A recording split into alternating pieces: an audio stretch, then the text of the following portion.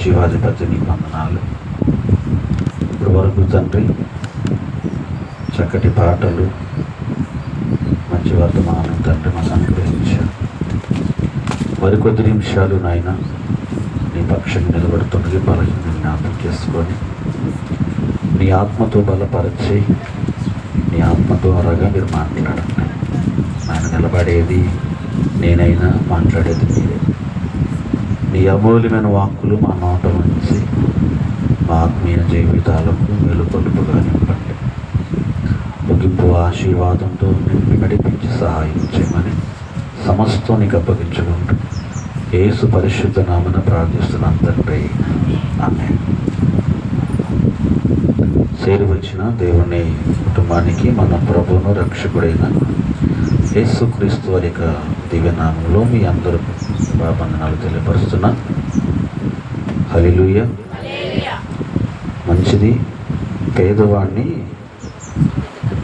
ఏదన్నా పేదవాడిని సొంత ఇంటి కళ. మనకేమర్థమైంది? అది ధనవంతుని ఇంటి కళ. ధనవంతుడికి కళ అంటే ధనవంతుడు ఎవరు? మన ప్రభు అయిన యేసుక్రీస్తు వారు. అంటే ధనవంతుడు పేదవాడిని కోరుకున్నాడు. ధనవంతుడు పేదవాడిని కోరుకున్నాడు. పేదవాడిలో నివసించాలని, పేదవాడితో స్నేహం చేయాలని, పేదవాడిని బలపరచాలని, పేదవాడితో నడవాలని ధనవంతుడు కోరుకున్న కళ. ఓకే, మంచి మాటలు మనం విన్నాం. చాలా సంతోషం. ఒక విషయాన్ని మీకు పోయిన వారం చెప్పాను. అర్పణ మనము ఏం తీసుకురావాలి?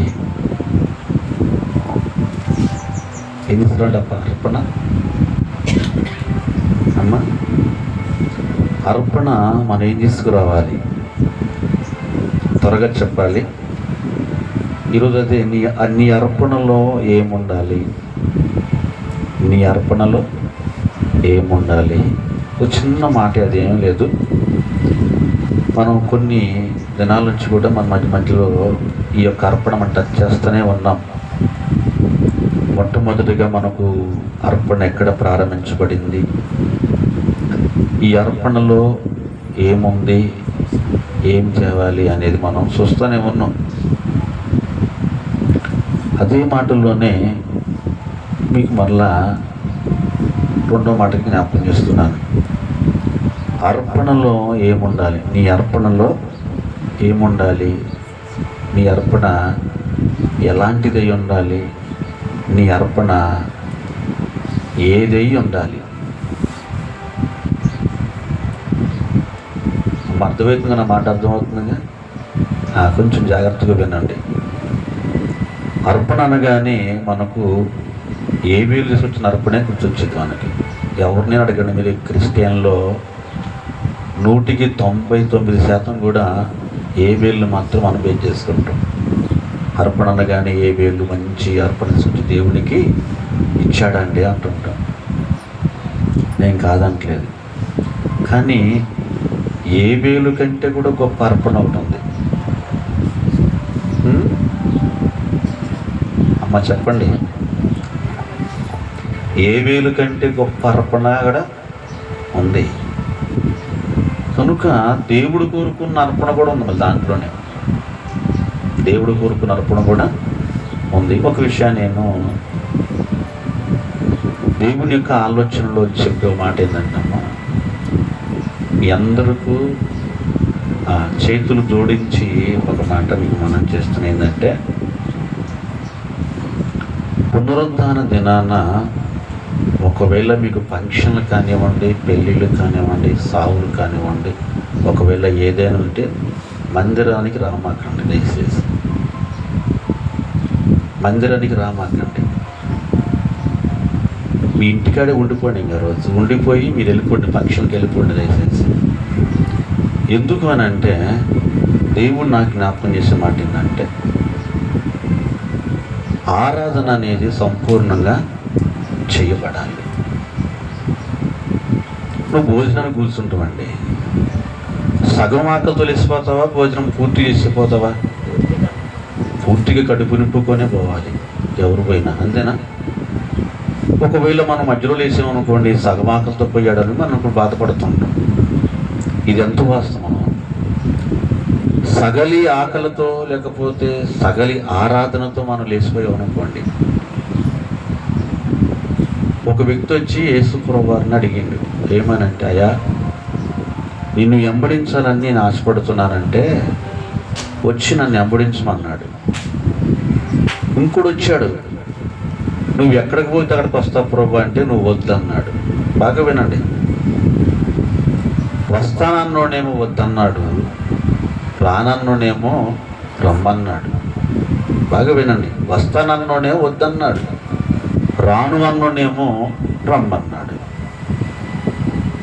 సరే, రానన్నోడిని నువ్వు వచ్చి నన్ను వెంబడించినప్పుడు అతనికి ఒక చిన్న ఆలోచన కలిగింది, వచ్చాడు. దురదృష్టశాతం వాళ్ళ ఫాదర్ చనిపోయాడు.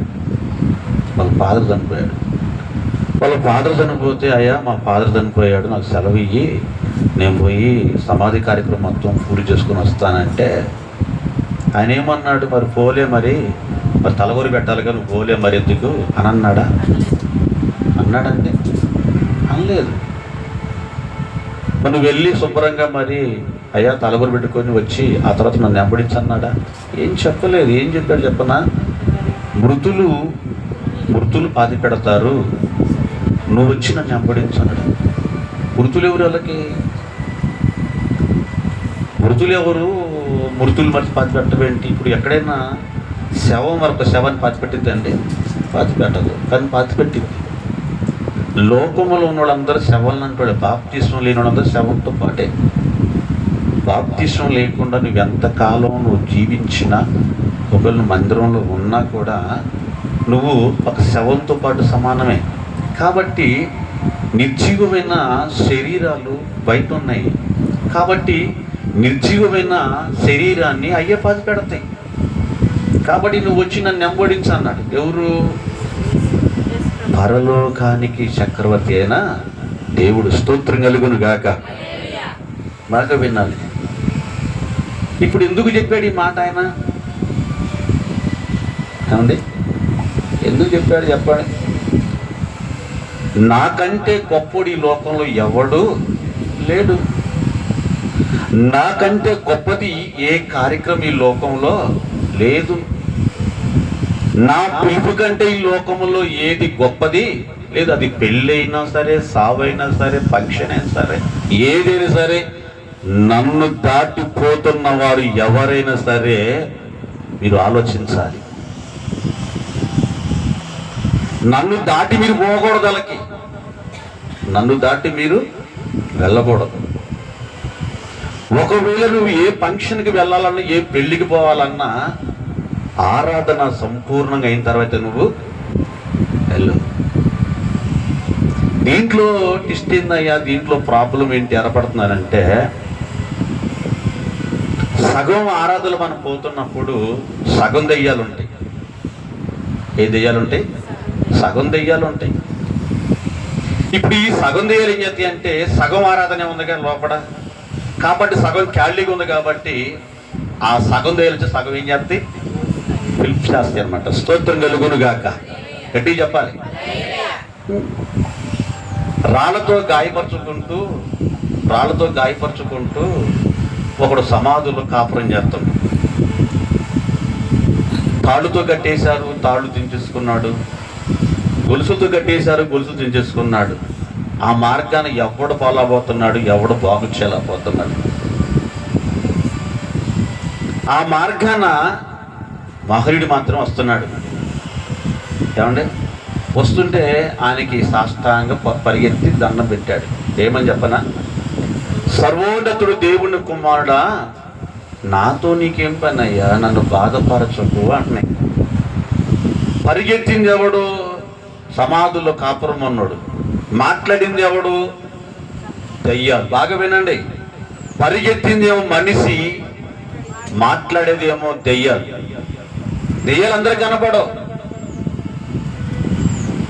దెయ్యాలు అందరికి కనపడవు.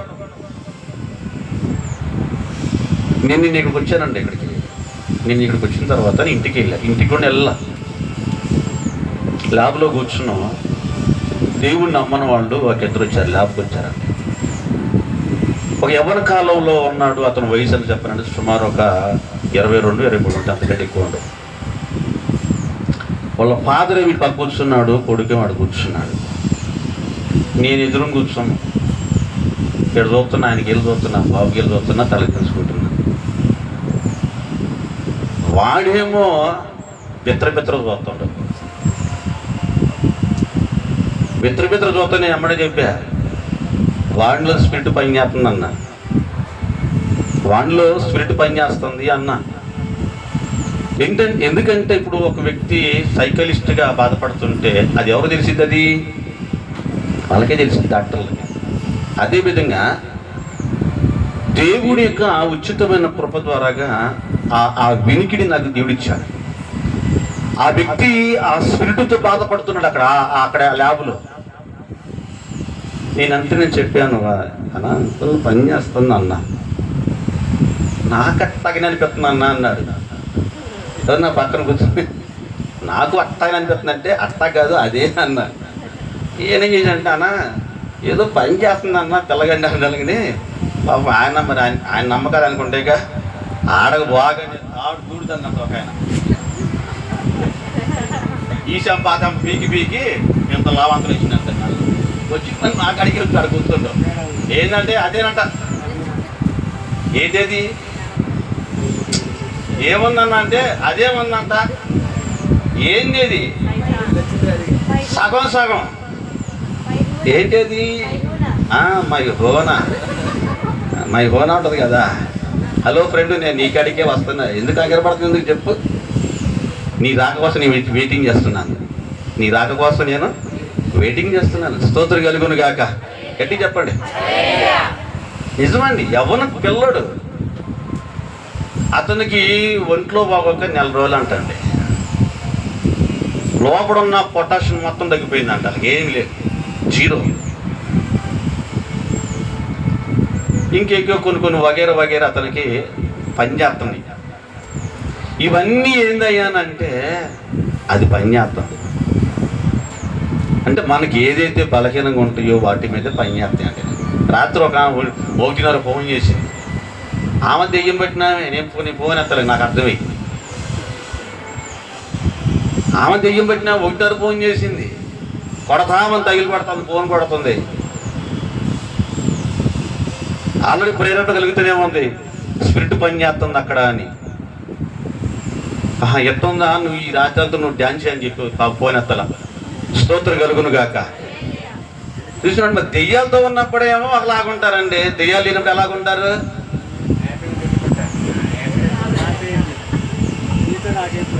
రే నేనంటే తెలుసా, ఎప్పుడు దెయ్యాలు లేనప్పుడు, దెయ్యం ఉన్నప్పుడు స్తోత్రం కలుగును కాక. ఏదో 1:30కి ఫోన్ చూసేళ్ళకి నాకు ఎన్న ప్రేరేపణ కలుగుతుంది, స్పిరిట్ పని చేస్తుంది అక్కడ అని.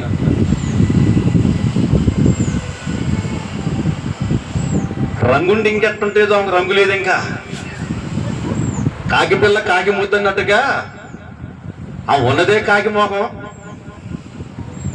ఏమండి ఆమెకి ఇంకా మరి ఏం చెప్పాలి, నేను చెప్పాలి ఇంకా. కనుక నువ్వు నల్లగొన్నా నువ్వు ఎర్రగొని ఎలాగుండాలి? నువ్వు దేవుణ్ణి కొరకు నువ్వేం చేయాలి? కడగబడ్డావు కదా, జాగ్రత్తగా కాపాడుకో. స్తోత్రం కలుగును గాక. మనం దెయ్యాలకు అవకాశం ఇవ్వకూడదు. నా బాధ ఏంటంటే దెయ్యాలు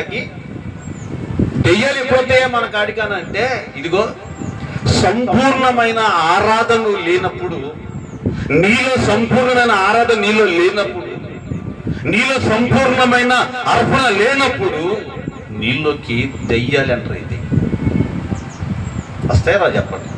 ఖచ్చితంగా వస్తాయండి. రావని అయితే మనం చెప్పకూడదు, ఖచ్చితంగా వస్తాయండి. ఇప్పుడు మన కాడికైనా వస్తాయి. ఎందుకు వస్తాయి చెప్పానంటే పలకరత్వం వచ్చి నేను అప్పుడప్పుడు అంట భావన అంట, మా ఫ్రెండ్ వస్తుంది పిలవరాదా అంట. నా ఫ్రెండ్ ఎవరు? వైభవన. స్తోత్రం కలుగును గాక. తాంటే తందాన, ఎదురు బాగా చెబుతుంది కూర్చొని, తాంటే తందాన అంటే వైభవన. కలరతో పద్దాక అనుకో మాకు, కళ్ళకి అమ్మటిని స్తోత్రం కలుగును కాక. నేను చెప్పేది ఏంటంటే, నీ అర్పణలో ఏమన్నా చెప్పానంటే సంపూర్ణమైన ఆరాధన ఉండాలి. ఇది ఫస్ట్ ఆఫ్ ఆల్. ఇది నీ ఆరాధనలో సంపూర్ణంగా ఉండాలి. సంపూర్ణంగా అంటే ఏంటి? ఇంకెవరికంటూ ఏ స్థానము లేదండి. నీవుగాక ఎవరిని చూడలేనయ్యా యేసయ్యా అన్నట్టుగా మనం ఉండాలి. ఎలా కూడా అంట, నిన్నుగాక ఎవరిని చూడలేనయ్యా యేసయ్యా అన్నట్టుగా ఉండాలి మనం. అంతేనా కదా చెప్పండి. ఇక మనం ఎవరిని పోల్చుకోకూడదు. మనం ఎవరిని పోల్చుకోకూడదు. మనం ఎవరిని కూడా దగ్గరికి చూడకూడదు. ఆయనే కనపడాలి. సారూప్యం, యేసు యొక్క సారూప్యంలోకి మనం వెళ్ళిపోవాలి. యేసు యొక్క సారూప్యంలో మనం వెళ్ళిపోయాం అనుకోండి, ఖచ్చితంగా అది సంపూర్ణమైన ఆరాధన. అది ఎలా ఉంటుంది? అది సంపూర్ణమైన ఆరాధన. స్తోత్రం కలుగును గాక. గట్టి చెప్పాలి. నిన్నుగాక ఎవరిని చూడలేనయ్యా. నిన్నుగాక ఎవరిని చూడలేను. ఒక పల్ల కొడతానన్నా, చిన్న కొట్టు ఏదో వస్తున్న పాడతా కానీ కలిపి కొట్టు.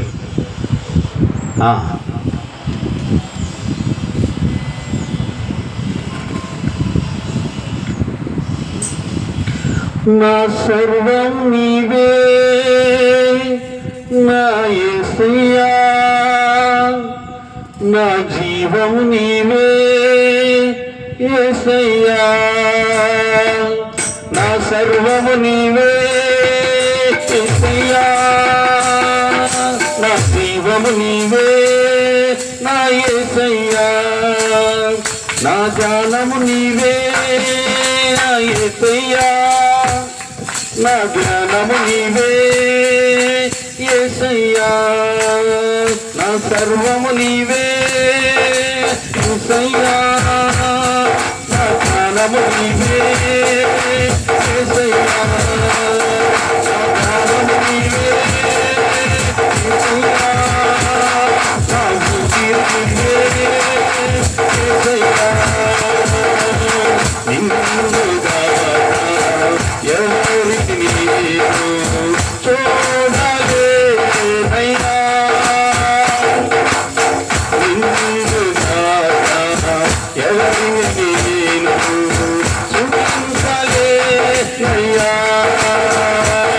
నా సర్వము నీవే, నా జీవము నీవే, నా ఊపిరి నీవే, నా ప్రాణము నీవే, నా సర్వము నీవే, నా ఊపిరి నీవే, ప్రాణము నీవే, నా ప్రాణము నీవే.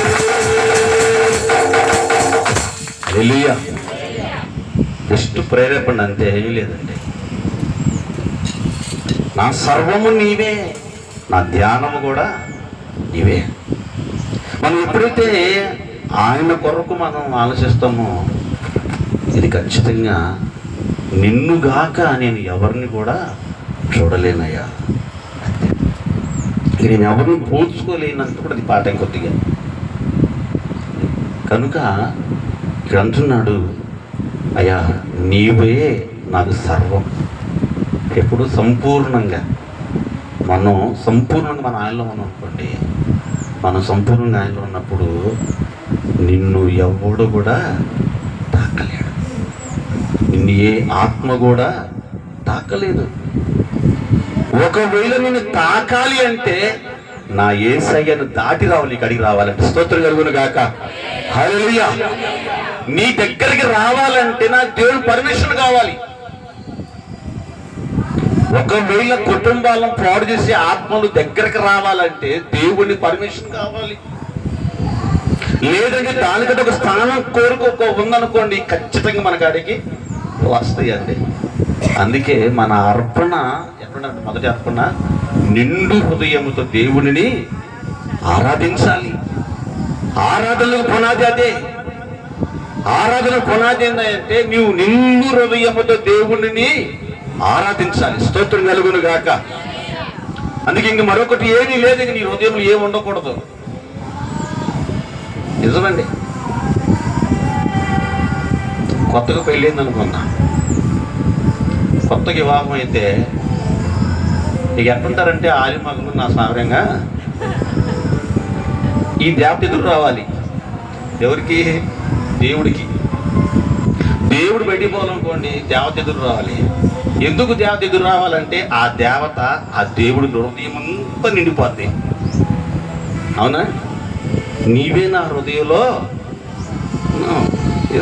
ఏది ఎప్పుడు వరకు కొంతకాలమే. ఇది ఎలా ఉండదండి? పరమగీత గ్రంథం ఇదంతా ఎంత బాగుండదు. పరమగీత గ్రంథం లాగా ఉండదండి వాళ్ళకి. ఇది కాస్త గడిచిందనుకోండి, కాలం గడిచింది అనుకోండి, ఎడతో చెప్పనా ప్రసంగి గడికి వస్తాం. ఏంట్రా బాబు అంటే అంతా వ్యర్థమే. స్తోత్రం కలుగుడు గాక. ఏంటంట? అంతా వ్యర్థమే. అదేంద్ర పరమగీత గ్రంథం కాదు, పరమగీత గ్రంథం ప్రారంభంలో ఉంది. ఇప్పుడంతా ఏమొచ్చింది? ఇప్పుడంతా ప్రసంగిలోకి వచ్చేసాను. అంతా వ్యర్థం వ్యర్థం వ్యర్థం. మరి పెళ్లి కూడా అర్థమేనా? ఆ పెళ్లి కూడా అర్థమేనా బాబాలకి? స్తోత్రం కలుగును గాక. ఆలోచిద్దాం. సంపూర్ణత ఉండాలి మనలో.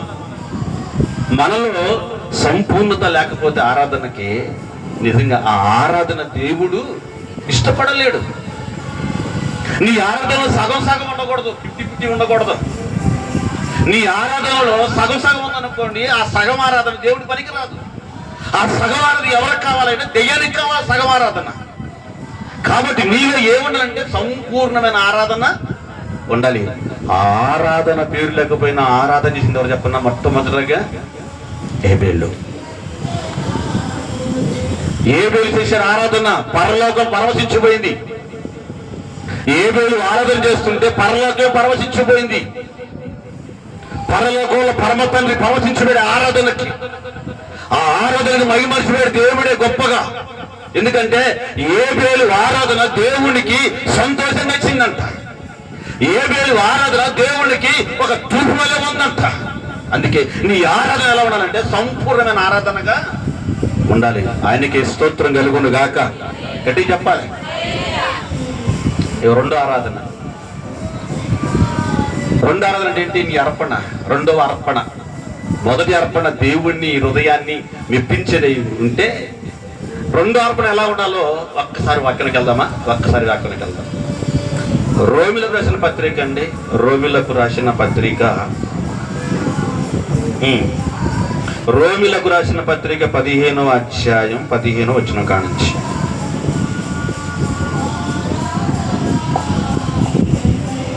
సంఘము చేస్తున్న ఆరాధనలో ఏముండాలని మాట్లాడుతున్నాడు. ఏందంట? చదవండి. ఏందంట? అన్యజనుల అను అర్పణ పరిశుద్ధాత్మ వలన పరిశుద్ధపరచబడి ఏందంట? నీతి కర్మగున్నట్లు, ప్రీతికరమగున్నట్లు నేను సువార్త విషయమై యాజకుల ధర్మం జరిగించిన. స్తోత్రం కలుగును గాక. ఇందులో ఒక మంచి మాట ఏంటంటే, అన్యజనులు అను అర్పణ. ఏ అర్పణ ఇది? అమ్మ గట్టి చెప్పండి, అమ్మ చెప్పండి. ఇది అన్యజనులు అను అర్పణ నువ్వు తేవటం వలనంట. ఎక్కడ తేవాలంటే? ఎవరు తెచ్చేదేవురి అర్పణ? అమ్మా అన్యజనులు కాదు, మీకు బాగా బుర్ర పెట్టండి అక్కడ బాగా. అన్యజనులు అను అర్పణ తెచ్చేది ఎవరు?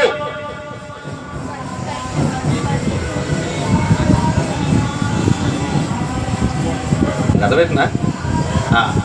అన్యజనులు అను అర్పణ తెచ్చేది ఎవరు అంటే, పరిశుద్ధాత్మ ద్వారాగా నడిపించబడిన వారు, పరిశుద్ధాత్మ ద్వారాగా ఏమైనా నింపబడిన వారు, దేవుని అభిషేకం పొందుకున్న వారు, యేసుక్రీస్తుని ధరించుకున్న వాళ్ళు, సంఘములో చేర్చబడిన వాళ్ళు, సంఘములో దేవుని ఆరాధిస్తున్న వాళ్ళు ఎవరైతే ఉన్నారో వీళ్ళంట అన్యజనులు అను అర్పణ తేవాలంట.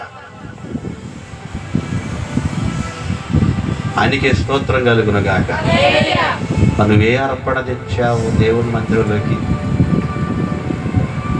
మొదటి అర్పణగా దేవుడు అడిగేది నిన్ను. సెకండ్ అర్పణ నిన్ను అడుగుతున్నాడు.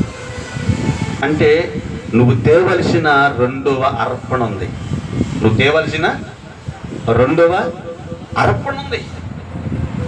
అన్ని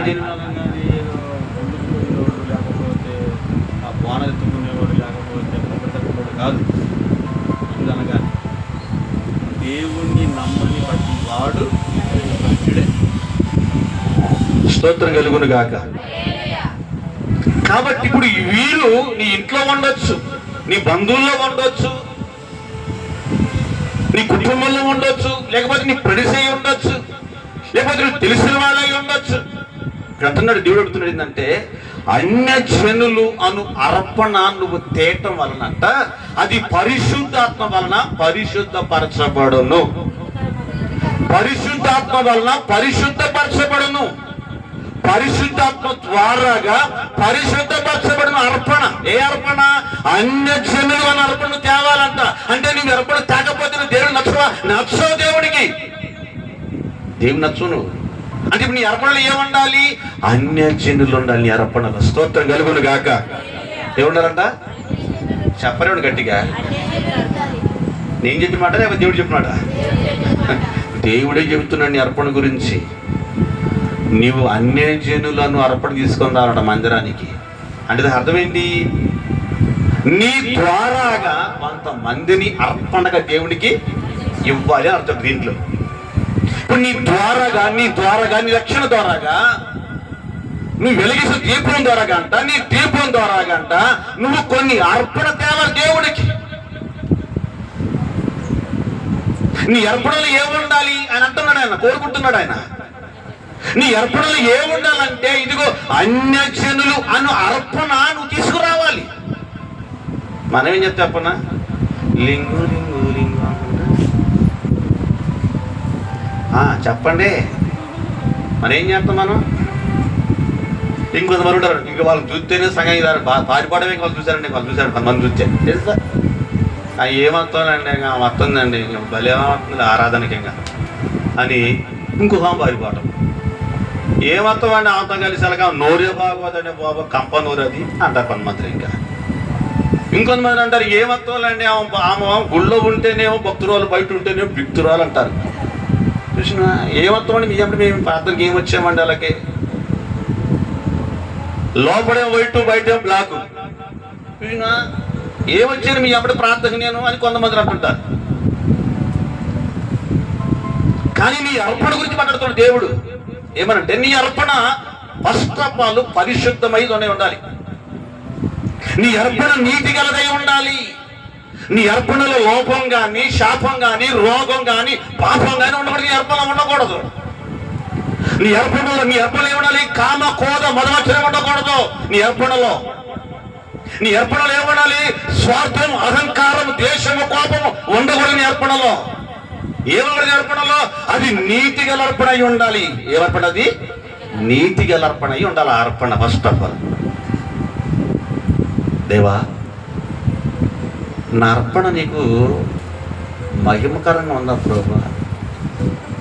ఉంది కొడుక, ఉంది, ఉందిరా, ఉంది. నీ అర్పణ నీతిగా ఉంది బిడ్డ. నీ అర్పణ ఎలా ఉందంట? నీ అర్పణ నీతిగా ఉంది బిడ్డ. అర్పణ చాలా బ్యూటిఫుల్. అర్పణ ఎలా ఉందంటే సూపర్. ఆ అర్పణ ఒకవేళ మనం దేవుడు త్రాసులో పెట్టినప్పుడు త్రాసు అంటే చక్కగా దూకిద్దంట. తెలుసు త్రాసు అంటే? కాట, ధర్మకాట, ధర్మకాట త్రాసు అంటే. మనకు త్రాసు ఉందండి బాబు, మనకు త్రాసు ఉంది. నీ అర్పణ ఆ త్రాసులో పెట్టినప్పుడు అంట కరెక్ట్గా దూకాలంట. ఏం చెప్పనా? ఈ అర్పణకు సపోర్టు అన్యజనులు అను అర్పణ మరొక పక్క కనబడాలంట. స్తోత్రం కలుగును గాక. గట్టి చెప్పాలి. ఆనాడు మొదటి శతాబ్ద కాలంలో సంఘం ఎందుకయ్యా నానాటికి బాలాభివృద్ధి చెంది అంటే, ఆనాడు సంఘములో చేర్చబడుతున్న వాళ్ళ దినచర్య అంటే చాలా గొప్పగా ఉందంట. అనేక మంది చేర్చబడుతుంది అని రాయబడింది అక్కడ. అర్పణ అంటే నీ ద్వారాగా కొన్ని ఆత్మలు రక్షింపబడాలని అర్థం దీంట్లో మీనింగ్. మరి ఈ రోజు నువ్వు బాప్తిజం పొంది 3 ఏళ్ళు 4 ఏళ్ళు 10 ఏళ్ళు అవుతుందన్న తెలిసిన, లేకపోతే ఇక్కడ ఈ మక్కపేటలో కడగబడిన వాళ్ళు లెక్కేసుకుంటే 9 సంవత్సరాలు అవుతుంది అటు ఇటుగా, అవునా? మరి ఈ 9 సంవత్సరాలలో మనం ఎవరిని తీసుకొచ్చాం మందిరానికి? ఈ 9 సంవత్సరాలలో నీ అర్పణలో ఏ అన్నిధనంగా ఉంది?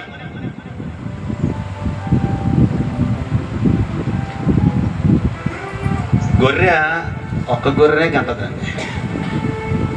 ఆ గొర్రె ఏం చేయాలి? ఇంకో గొర్రెని కనాలి. ఆ గొర్రె ఏం చేయాలి? ఇంకో గొర్రెని కనాలి.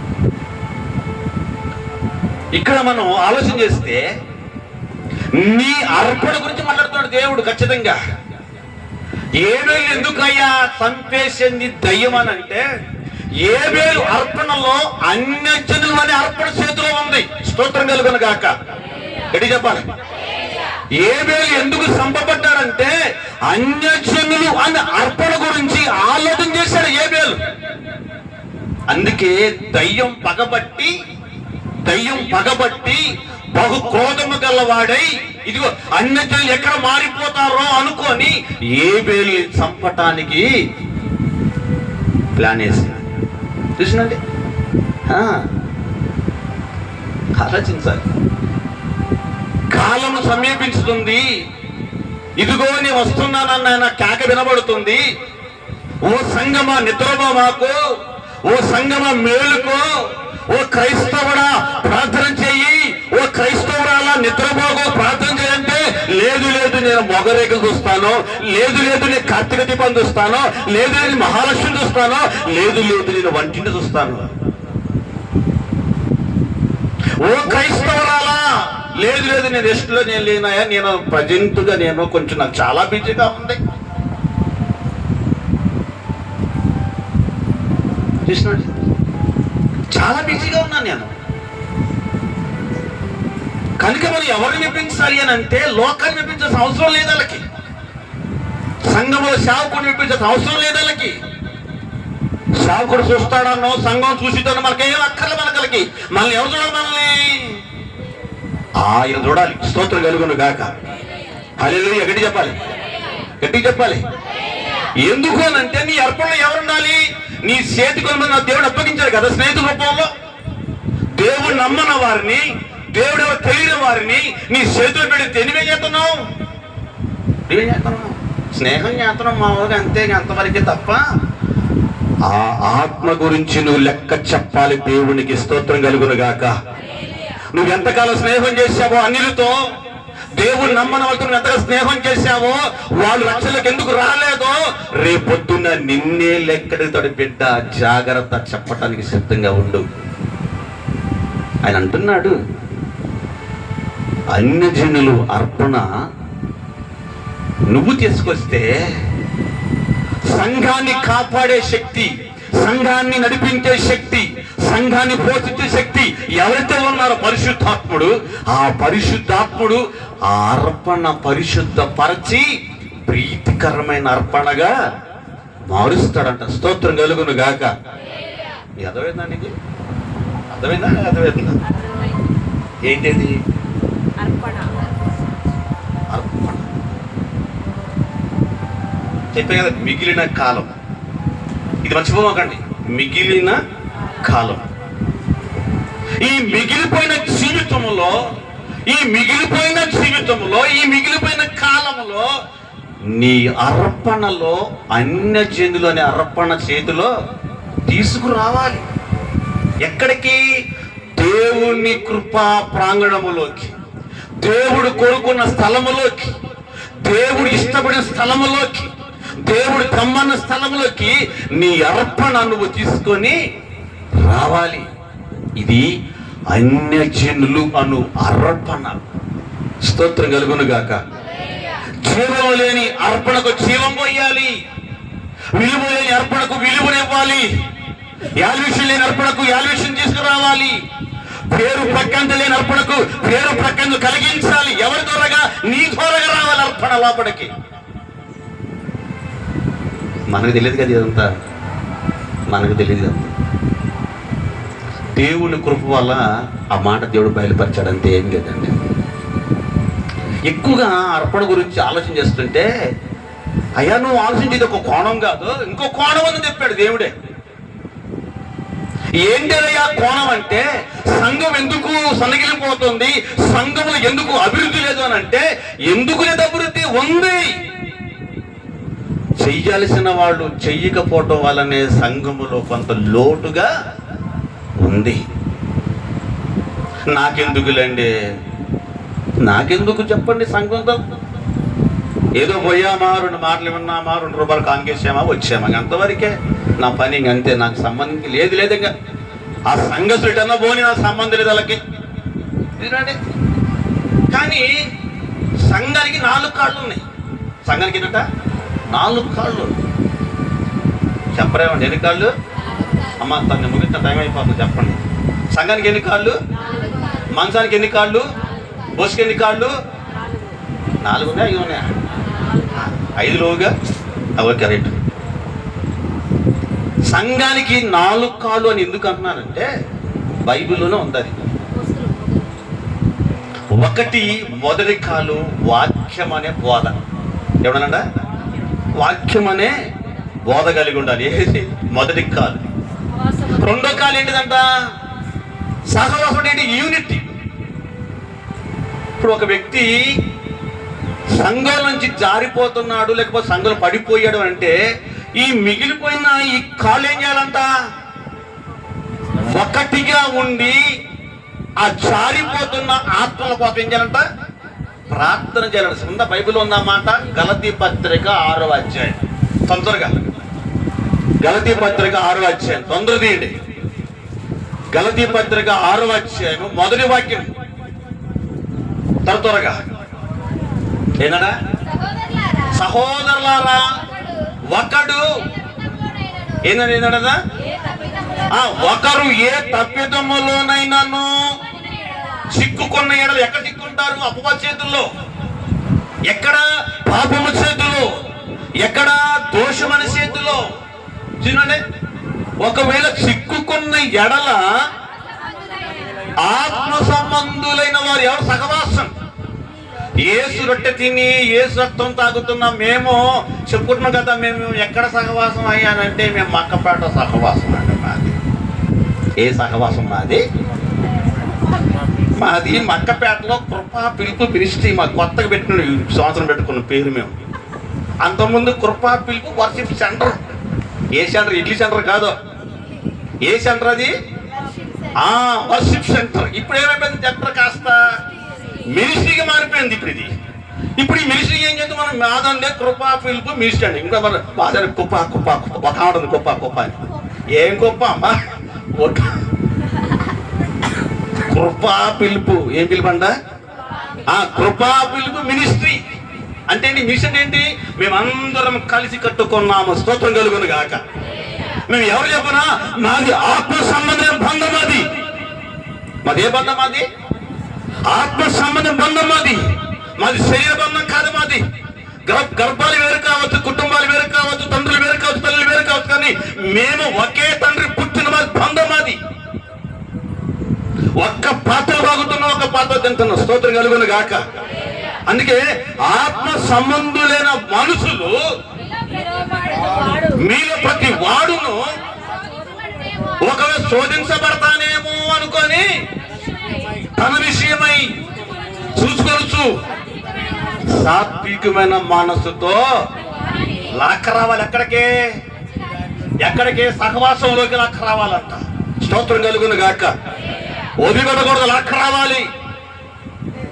ఇప్పుడు 2 మంచి కోడిట్లు ఉన్నాయండి. ఏంటి? 2 కోడిట్లు ఉన్నాయి, మంచి బలిష్టమైన ఉంది కోడి తోట. వాటిని అరక్కత్తారు. అట్లా ఒకటి రాట్లా. ఏం చేస్తుంది చెప్పండి దానికి? ఒకటి కాడి కింద పోయిందండి, ఒకటి ఇంకోటి రాక. మనం ఏం చేద్దాం? దాన్ని ఇంకొక కాడేసి గుర్రంలాగా, అవునా, ఇంకొక కళ్ళు వేసి మనం ఏం చేద్దాం? గట్టిగా లాక్కొచ్చి కాడి కింద పెట్టమా చెప్పండి? పెట్టమా? ఇక పెట్టిన తర్వాత దాన్ని సురుగుదని, ఇక నా బతుకంతా కాడిపోయాలి కాబట్టి వాటితో ఎందుకు తినాలి? స్తోత్రం కలుగుగా. కనుక వాడు పిలుస్తానే కాడి కింద చెప్పండి పోవాలి. మీకు ఇది అర్థమైతే చెవులు గలవారు వినుగాక. ఆత్మ సంబంధిత లేని వారికి వినుగాక, వినికిడి కలుగునుగాక. ఎక్కడ? ఆత్మ సంబంధమైన చెవులు అని. చెవులు అనే ఏనా చెవి ఎంత ఉందండి బాబు? స్తోత్రం కలుగునుగాక. ఒక ఆవిడ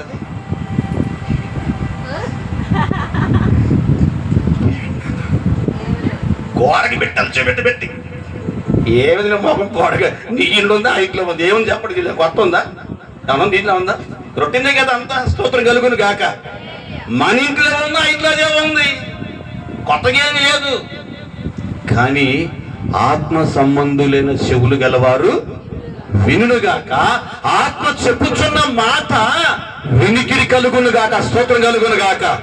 ఇదిగో నేను త్వరగా వస్తున్నాను అన్నాడు ఆయన. ఆ కేక వినబడుతుంది. ఆయన మేఘాల్లో రాబోతున్నాడు, మేఘరుడుగా. ప్రతి నేత్రం చూస్తాను చెబుతున్నాడు ఆయన. ఎందుకు అర్థం చేస్తాడు చెప్పనా? అన్య జనులు అను అర్పణను తేవాలి. చాలా మంది తప్పిపోతున్నారు నీ కళ్ళ ముందే. చాలా మంది కళ్ళ ముందు తప్పిపోతున్నారు. దేవుడిని అమ్మని వాళ్ళు నీతో స్నేహం చేసి శిక్షిపోతుంటే ఆగిపోయారు. ఆగిపోలేదా? ఆగిపోయారు. మరి ఎందుకు వెళ్ళబోతున్న వాళ్ళు చర్చికి వారిని? అంటే నీ దగ్గర టాలెంట్ లేదనా? నీ దగ్గర జ్ఞానం లేదనా? నీ దగ్గర వాక్యం లేదనా? లేదు. ఎందుకంటే నీకు వాక్యం ఎప్పుడు నీకు అర్థమవుతాయానంటే, ఇదిగో ఆత్మీయ సహవాసములో తప్పనిసరిగా క్రమం తప్పకుండా నువ్వు కూడుకున్నప్పుడు పరిశుద్ధాత్మ దేవుడు నిన్ను పరిశుద్ధపరిచి, నిన్ను బలపరిచి, వాక్యంతో నింపి, పరిశుద్ధాత్మ వాక్య అభిషేకంతో నింపి నిన్ను వాడుకుంటాడు. ఎక్కడ? అన్యజనులు అనే అర్పణ కోసం. కొత్తగా సపడబడ గట్టిగా స్తోత్రం కలుగునుగాక. దేవుడు మనతో అభిషేకం దగ్గర నువ్వు మండాలను మండాలి. నువ్వు మండకి ఇష్టపడితే నిన్ను మండిస్తాను. నేను ఖచ్చితంగా నువ్వు మండాలి, బగబగ మండాలి. అన్యజనుల నరపడి నువ్వు తీసుకురావాలి మందిరంలోకే. నువ్వేమి తీసుకురాకుండా హల్లెలూయా స్తుతి మహిమ అంటాడు ఆయన. ఏం చేస్తున్నావు? ఏం పాట పాడుతున్నావు? ఎవరికి నువ్వు పాడే పాట ఏం పాడాలకి? నీ పాటలు అర్పణ ఉండాలి. నీ పాటలు ఏముండాలి? అర్పణ ఉండాలి. ఏ అర్పణ? అన్యజనులు అను అర్పణ. మీరు విశేషముగా దేవుని ఎరిగిన వారే, మీరు విశేషముగా దేవుని చేత పోషించబడిన వాళ్ళే, మీరు విశేషముగా దేవుని చేత పిలవబడిన వాళ్ళే, మీరు విశేషముగా దేవుని ఆత్మ కలిగిన వారే, మీరు విశేషంగా దేవుని వరము కలిగిన వాళ్ళే, మీరు విశేషంగా దేవుని అభిషేకం నింపుకున్న వాళ్ళే, మీరు విశేషముగా దేవుని కృపను రుచి చూసిన వాళ్ళమే. ఆయన అంటున్నాడు, నువ్వు అన్యజనులు అను అర్పణ నువ్వు తీసుకురావాలి. ఈ భారం నీ మీద ఉంది. ఒక సందర్భంలో పౌలు గారు అన్నాడు, తప్పని చెప్పి ప్రార్థన చేస్తాను. పౌలు గారు అన్నాడు, సువార్త చెప్పవలసిన భారం నా మీద, గట్టి చెప్పండి, చెప్పండి ఏంటంట? నా మీద మోపాడు ఆయన. మోపింది దేవుడు, మోస్తుంది నేను. స్తోత్రం కలుగును గాక. కనుక నువ్వు పొందుకున్న ఆ బాప్తిజం సీనియర్ ఎంత? నువ్వు 5 ఏళ్ళ 4 ఏళ్ళ? ఇప్పుడు చిన్న పొట్టోడు ఉండు, ఇప్పుడు చెప్పండి, పొట్టోడు ఉండు. ఇప్పుడు ఈ పొట్టోడు మనం ఎక్కడ తీసుకెళ్తాం? మనం చర్చికి, సండే స్కూల్కి, నర్సరీకి తీసుకెళ్తాం. అవునా? నర్సరీ అయిపోయిన ఏమో మళ్ళీ ఎక్కడ వాడు ఎల్కేజీలో కొత్తరా, యూకేజీలో కొత్తరా, అంతేనా? ఫస్ట్ ఎల్కేజీ, రెండోది, మూడోది ఫస్ట్ క్లాస్. వాడు ఎప్పుడు ఎల్కేజీలో ఉంటే, అరే ఈడు మరుగుద్దు కాదురా, వీడు మొత్తోడు, వాడికి పెడితే మొత్తోడు అంటే వీడికి ఏ చదువు కూడా సోదరు కలుగును కాక. ఇప్పుడు సంఘాల్లో చాలా మొత్తోడు ఉన్నారా లేరా? సంఘాల్లో మొత్తోళ్ళు లేరా? మొత్తోళ్ళు ఉన్నారు, మొత్తోళ్ళు ఉన్నారు, ముత్తోళ్ళు ఉన్నారు. ముద్దు స్తోత్రం కలుగును కాక. ముద్దు అంటే చెప్పిన దేవుడికి ముద్దు రావాలి. ఒక ఆయన ముద్దు పెట్టిండు. ఒక ఆయన ఎవరు? యేసు ప్రభుకి ముద్దు పెట్టిండు. ముద్దు కరిగిపోయి ఈయన పోయి ఆయన ముద్దు పెట్టిండు. ఏమన్నాడు? వరి చెలికాడా త్వరపోరా అన్నగా. ఏమన్నాడు? ముద్దుల్లో స్వీట్ ఉండాలండి. ఆ ముద్దులో స్వీట్ లేదు, ఆ ముద్దులో సేదు ఉంది. స్తోత్రం కలుగును గాక. కనుక ముద్దెలా చెప్పనా? ముద్దెలా ఉండాలంటే దేవునికి ఇంపుగా ఉండాలి. ఎట్లాగా? ఏ బెళ్ళలాగా. ఎట్లాగంట? ఏ బెళ్ళలాగా ముద్దుగా స్వీట్గా ఉండాలి. ముద్దు అది దేవునికి ఇంపైనది. ఆ తర్వాత నీ ముద్దులో చెప్పనా? అర్పణ. ఏ అర్పణ? అన్యజనులు అనే అర్పణ నీ చేతిలో ఉండాలి. ఇదిగో ప్రభువా నా అర్పణ, ఇదిగో ప్రభువా నా అర్పణ తీసుకురావా దేవునికి. ఆ అర్పణ దేవుడికి ఇస్తుంటే దేవుడికి అంట సువాస పడుతుంది అర్పణ.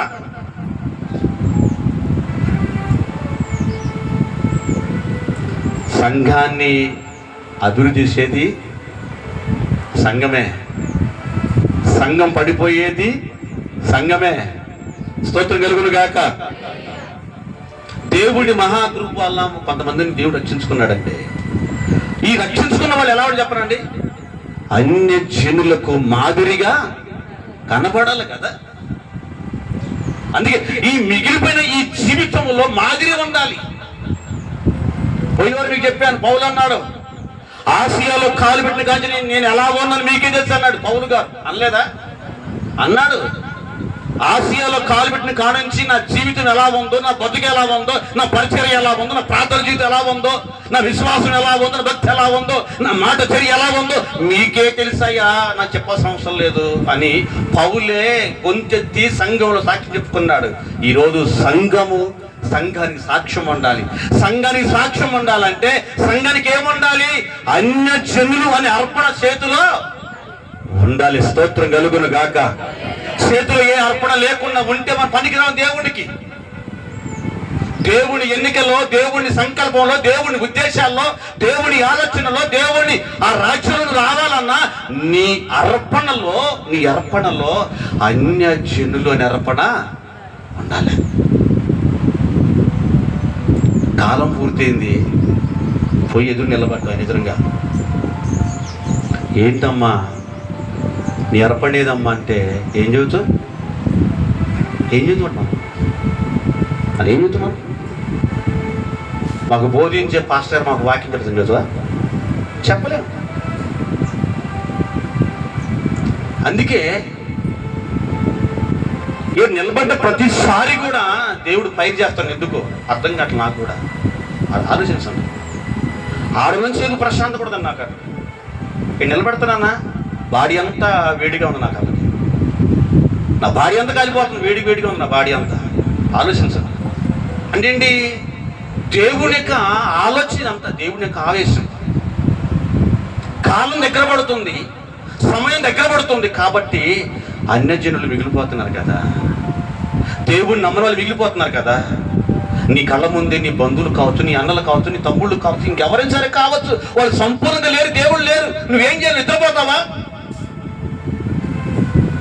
దేవుడిని కాలు పట్టుకొని దేవుని అడగాలి నువ్వు ఖచ్చితంగా. అయ్యా వాళ్ళు ఎలా తీసుకురాలి ప్రభు అంటే దేవుడే తన ఆత్మ ద్వారా సిద్ధపాటు చేస్తాడు. స్తోత్రం కలుగును గాక. నువ్వు అడగాలి, దేవుడిని అడగాలి. అడగని అమ్మ అన్న పెట్టిద్దా? ఏమన్నా పెట్టిద్దా? పెట్టదు. అదేవిధంగా నువ్వు అడగని ఆయన ఇస్తాడా? ఇవ్వడు. నువ్వు అడగాలి. నాయన ఏంటి అడగాలి? అర్పణ గురించి నువ్వు అడగాలి. స్తోత్రం కలుగును గాక. ప్రభువా పక్కింటోడు 40 ఇంచులు చుట్టి, ఎన్ని ఇంచులు? 40. ఇంకొన్ని ఇళ్ళల్లో పెద్ద గడ్డ అంత ఉండదు, పెద్దది 60 ఇంచులు. లేకపోతే ఇంకొద్దిగా కొనుక్కు పెద్ద థియేటర్ లాగా ఉంటే పెద్దది. ఏంది ప్రభా మా ఇంట్లో చిన్న టీవీ కూడా లేదు ప్రభా. ఒక ఆమంటుంది, ప్రభువా నెట్ అయిపోయింది ప్రభువా, నాకు నెట్ కావాలి ప్రభువా, నాకు నెట్ లేకపోతే ఇద్దుకుంటే రాదు ప్రభువా. ఎవరు ఒక ఆమంటుంది అనలేదా? నెట్ లేకపోతారంట, నేను తట్టుకోలేకపోతున్నా ప్రభువా. యూట్యూబ్ చూడండి నిద్ర రాదు ప్రభువా, ఫేస్బుక్ చూడండి నిద్ర రాదు ప్రభువా, వాట్సాప్ నిద్ర రాదు ప్రభువా. ఏందంట? పెట్రోల్ చదువుతుంది నిద్రపోదు ప్రభువా. పెట్టలది జాగ్రత్త. స్తోత్రం కలుగును గాక. ఇది ప్రార్థన అండి. ఇది ప్రార్థనేనా?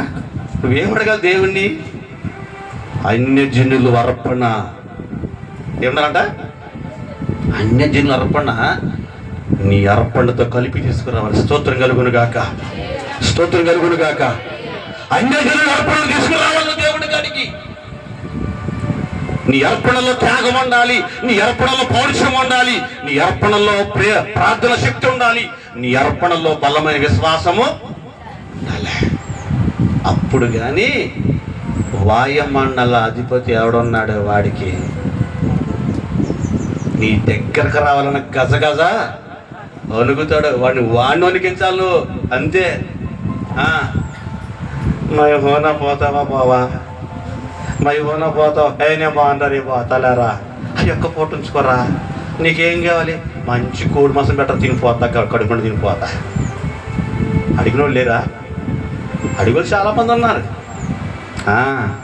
నువ్వు బో పెడతానంటే చెప్పడానికి ఇది కాదు చెప్పాల్సింది. నువ్వు చెప్పాల్సింది యేసు నామములో.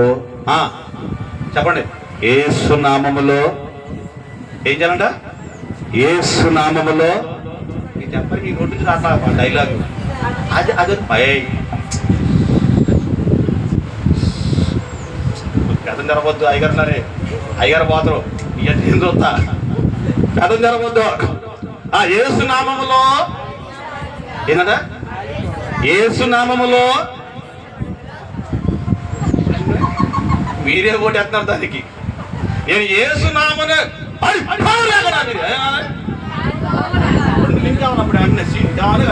నేను యేసు నామని మీరు ఏమనాలి? లేకపోతే నేను యేసు నామని మంటలోకి వచ్చి కాకాను నేను చూసుకున్నా సావరికరా. మొత్తం పండగే, ఇంకా మొత్తం పండగే కనుక మా ఇంట్లోకి వచ్చి కాకాను. మాకు తొందరపడి మా ఇంట్లో పారిపోను కాకాను. స్తోత్రం కలుగును గాక. యేసు నామం అంటే చెప్పనా, అది పగపగ మండుతున్న నామము. అన్ని నామముల కన్నా ఉన్నతమైన నామం. అందుకే ఆత్మ సంబంధ మనుషులు ఏం చెప్తారంట? యేసయ్య నామాన్ని ఉచ్చరిస్తే అవి పారిపోతాయి.